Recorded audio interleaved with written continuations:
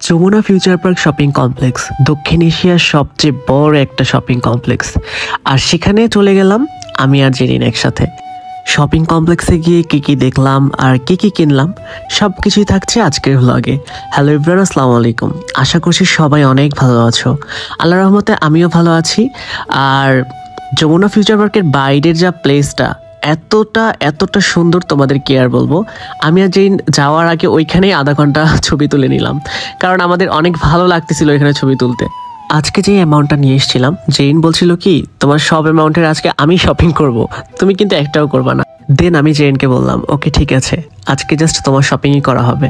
তারপর হাঁটতেছিলাম, হাঁটতে হাঁটতে একটা দোকানে বা একটা শপে একটা শেরওয়ানি আমার এত পছন্দ হয়, আমি জেইনকে বলতেছিলাম আমার যখন বিয়ে হবে তখন এখান থেকে শেরওয়ানি কিনে নিয়ে যাব। ও বলেছে আচ্ছা ঠিক আছে, আজকে আগে আমার শপিংটা করে দাও। তো তারপর আমরা হাঁটতেছিলাম, হাঁটতে হাঁটতে একটা শপে ঢুকে পড়লাম। সেখানে গিয়ে তো অনেক রকমের ছেলেদের ড্রেস, ছেলেদের শার্ট থেকে শুরু করে পাঞ্জাবি থেকে শুরু করে যত রকমের আইটেমস আছে, ব্লেজার সব কিছু সেখানে আছে। আর সব কিছু অনেক ইউনিক আর অনেক ট্রেন্ডি কালেকশন, অর্থাৎ বাহিরের সব ধরনের কালেকশন সেখানে অ্যাভেলেবেল। তোমরা যদি বাহিরের কালেকশন নিতে চাও সবার আগে চলে আসবে যমুনা ফিউচার পার্ক। আর এই শপিং কমপ্লেক্সে ম্যাক্সিমাম সবগুলোতে 40% 30% এরকম ডিসকাউন্ট চলছে। তারপর আমরা আরেকটা ফ্লোরে চলে গেলাম। আরেকটা ফ্লোরে যাওয়ার সময় আমরা সিঁড়ি লিফট ব্যবহার করছিলাম। তো অন দ্যাট টাইম এই ভিউটা জাস্ট দেখার মতো ছিল। আসলে যমুনা ফিউচার পার্কের ইন্টেরিয়রটাই দেখার মতো, যে কেউ দেখলে খালি ইন্টেরিয়রের দিকে তাকাই থাকবে, মানে এতটা সুন্দর। তারপর আমরা আরেকটা শপে চলে গেলাম। এই শপে হচ্ছে অনেক রকমের ডিজাইনফুল জিনিস, যেগুলো হচ্ছে তোমরা শোকেস সাজানোর জন্য বা হচ্ছে বাসা সাজানোর জন্য তোমরা কিনতে পারো। দেখো এই গ্লাসগুলো অনেক ইউনিক। জেইন তো সবচেয়ে বেশি মেয়েদের ড্রেসগুলাই দেখতেছিল আর বলতেছিল ওয়াও হোয়াট এ কালেকশন। যদিও বলা হয়নি, জেইন কিন্তু ফার্স্ট টাইম এসছে যমুনা ফিউচার পার্কের এই শপিং কমপ্লেক্সে, ওর ফার্স্ট টাইম আসা। ও বলছে যে আগে কেন নিয়ে আসো নয়। আমি বলছি তোমারই তো ক্লাস, তোমারই তো সময় হয় নাই। তো তারপর আমরা চলে আসলাম, এই সুন্দর বোরকাটা ওর চয়েস হলো। তো ও বলতেছিল কি এটা আমাকে বাই করে দাও। আর ঝগড়া লেগে গেছিল।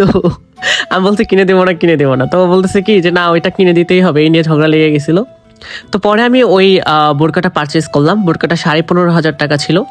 দেন হচ্ছে আমরা আরেকটা শপে চলে গেলাম। সেই শপে গিয়ে অনেক রকমের গহনা, জেইনের গহনার প্রতি আগের থেকে অনেক বেশি ঝোঁক। আর এত কালেকশন দেখে জেইনে তো জাস্ট মাথা ঘুরতেছিল। বাট আমি একটা জিনিস কি জানো, স্বর্ণের গাছ কখনো দেখিনি, এই শপিং কমপ্লেক্সে এসে দেখলাম। তারপর আমরা আরেকটা সাইডে চলে গেলাম। এখানে অনেক বড় গাউন, অনেক ডিজাইনফুল। আর ইউ গাইজ নো আমি ফ্যাশন ডিজাইনিংয়ে পড়াশোনা করি। আমার তো এইসব ভীষণ পছন্দ হয়েছে। আমার মনে হয়েছে যে এরকম ট্রেন্ডি গাউন আমারও বানানো দরকার। তারপর আমরা আরেক সাইডে চলে গেলাম। আসলে যমুনা ফিউচার পার্ক শপিং কমপ্লেক্সটা বিশাল বড়, তুমি সারাদিন ঘুরে শেষ করতে পারবে না, এত বড় একটা শপিং কমপ্লেক্স। কেউ যদি মুভি দেখতে চাও, মুভি দেখতেও চলে আসতে পারো যমুনা ফিউচার পার্কে। শাকিব খানের আর দিঘির একটা ছবি চলছে আলাদা। তো যাই হোক, এখন আমরা আরেকটা ফ্লোরে চলে গেলাম। আর সেই ফ্লোরে সব রেস্টুরেন্টগুলোর ইন্টেরিয়র জাস্ট অসাধারণ ছিল, অনেক ভালো লাগতেছিল। বাট আমাদের রেস্টুরেন্টে খাওয়া হয়নি, কেন জানো? কারণ টাকা শেষ হয়ে গেছিলো একদম। শপিং করতেই তো টাকা শেষ। এখন জেইনকে দেখো কিনে দিছি ওর পছন্দের ড্রেসগুলো, তাই ও অনেক খুশি। তাই হাসতেছিল দাঁত কেলায়।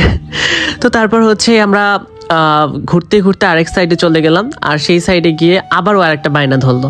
তো ওর বায়না আর কত পূরণ করব বলেন, ওর বায়নার তো শেষ হয় না। তো সব মিলিয়ে আজকের দিনটা না অনেক বেশি সুন্দর ছিল। আমরা অনেক মজা করেছি, অনেক ঘুরেছি, অনেক মাস্তি করেছি। তো নেক্সট অন্য ভ্লগ নিয়ে চলে আসবো। সেই অবধি সবাই অনেক ভালো থাকো, সুস্থ থাকো।